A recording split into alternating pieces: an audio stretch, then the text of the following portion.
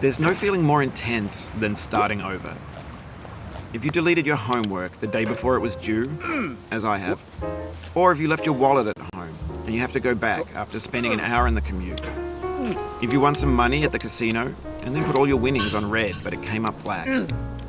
If you got your best shirt dry cleaned before a wedding and then immediately dropped food on it.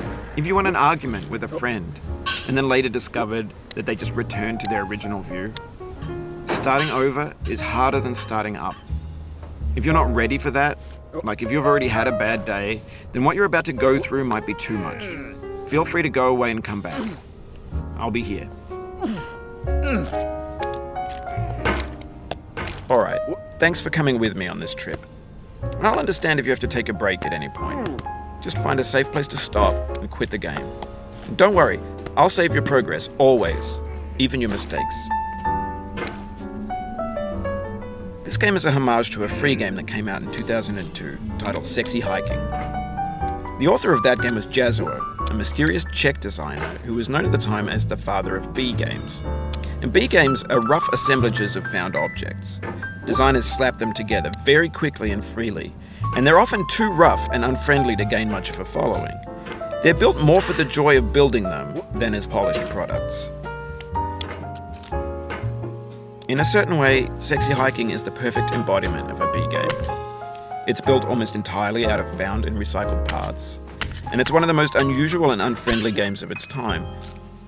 In it, your task is simply to drag yourself up a mountain with a hammer. And that act of climbing, in the digital world or in real life, has certain essential properties that give the game its flavor. No amount of forward progress is guaranteed. Some cliffs are too sheer or too slippery. And the player is constantly, unremittingly in danger of falling and losing everything. Anyway, when you start Sexy Hiking, you're standing next to this dead tree that blocks the way to the entire rest of the game. It might take you an hour to get over that tree, and a lot of people never got past it. You prod and you poke at it, exploring the limits of your reach and your strength, trying to find a way up and over. And there's a sense of truth in that lack of compromise.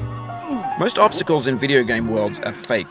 You can be completely confident in your ability to get through them once you have the correct method or the correct equipment or just by spending enough time.